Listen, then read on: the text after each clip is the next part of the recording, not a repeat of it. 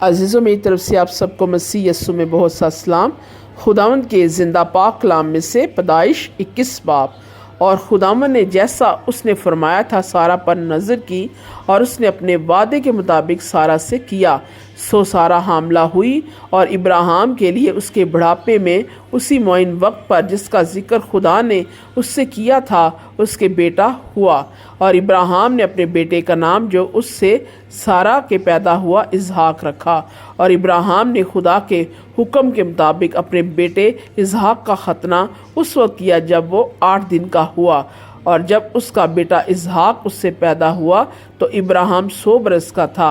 और सारा ने कहा कि खुदा ने मुझे हंसाया और सब सुनने वाले मेरे साथ हंसेंगे। और ये भी कहा, भला कोई इब्राहिम से कह सकता था कि सारा लड़कों को दूध पिलाएगी, क्योंकि उससे उसके बुढ़ापे में मेरे एक बेटा हुआ।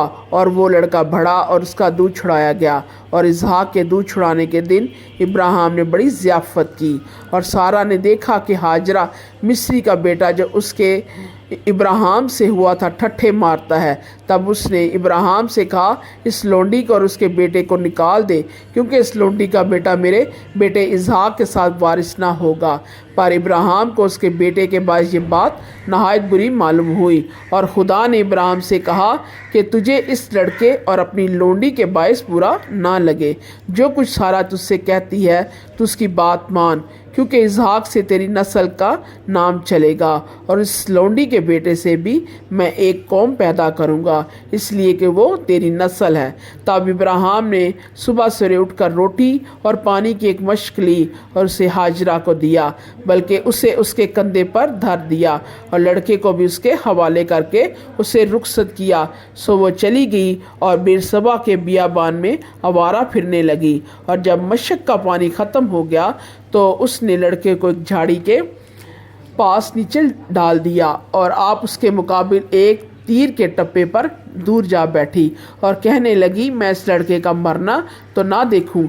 सो वो उसके मुकाबिल बैठ गई, चिल्ला चिल्ला कर रोने लगी। और खुदा ने उस लड़के की आवाज़ सुनी और खुदा के फरिश्ता ने आसमान से हाजरा को पुकारा और उससे कहा, ए हाजरा, तुझको क्या हुआ? मत डर, क्योंकि खुदा ने उस जगह से जहाँ लड़का पड़ा है उसकी आवाज़ सुन ली है। उठ और लड़के को उठा और अपने हाथ से संभाल, क्योंकि मैं उसको एक बड़ी कौम बनाऊंगा। फिर खुदा ने उसकी आंखें खोली और उसने पानी का एक कुआं देखा और जाकर मशक को पानी से भर लिया और लड़के को पिलाया। और खुदा उस लड़के के साथ था और वो बड़ा हुआ और बियाबान में रहने लगा और तीर अंदाज बना। और वो फरान के बियाबान में रहता था। और उसकी माँ ने मुल्क मिस्र से उसके लिए बीवी ली।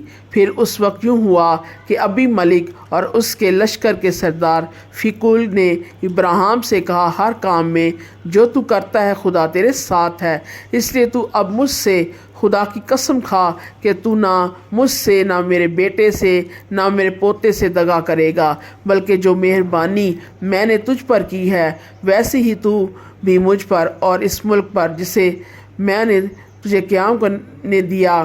तब इब्राहिम ने कहा, मैं कसम खाऊंगा। और इब्राहिम ने पानी के कुएं की वजह से, जिसे अबी मलिक के नौकरों ने ज़बरदस्ती छीन लिया था, अबी मलिक को झिड़का।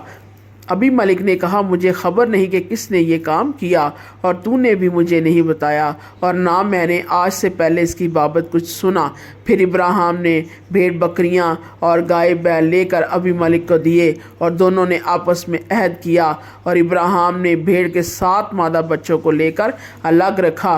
और अबी मलिक ने इब्राहिम से कहा कि भेड़ के इन 7 मादा बच्चों को अलग रखने से तेरा मतलब क्या है? उसने कहा कि भेड़ के इन 7 मादा बच्चों को तू मेरे हाथ से ले, ताकि वो मेरे गवाह हों कि मैंने ये कुआं खोदा। इसलिए उसने उस मुकाम का नाम बेरसबा रखा, क्योंकि वहीं उन दोनों ने कसम खाई। सो उन्होंने बेरसबा में अहद किया। तब अबी मलिक और उसका लश्कर सरदार फ़िकुल दोनों उठ खड़े हुए और फ़लस्तीनियों के मुल्क को लौट गए। तब इब्राहिम ने बेरसबा में झाव का एक दरख्त लगाया और वहाँ उसने खुदावंद से, जो अब्दी खुदा है, दुआ की। और इब्राहिम बहुत दिनों तक फ़लस्तीनियों के मुल्क में रहा। खुदा के ज़िंदा पाक कलाम के पढ़े सुने जाने पर उसकी ख़ास बरकत हो। खुदावंद का शुक्र हो। आमीन।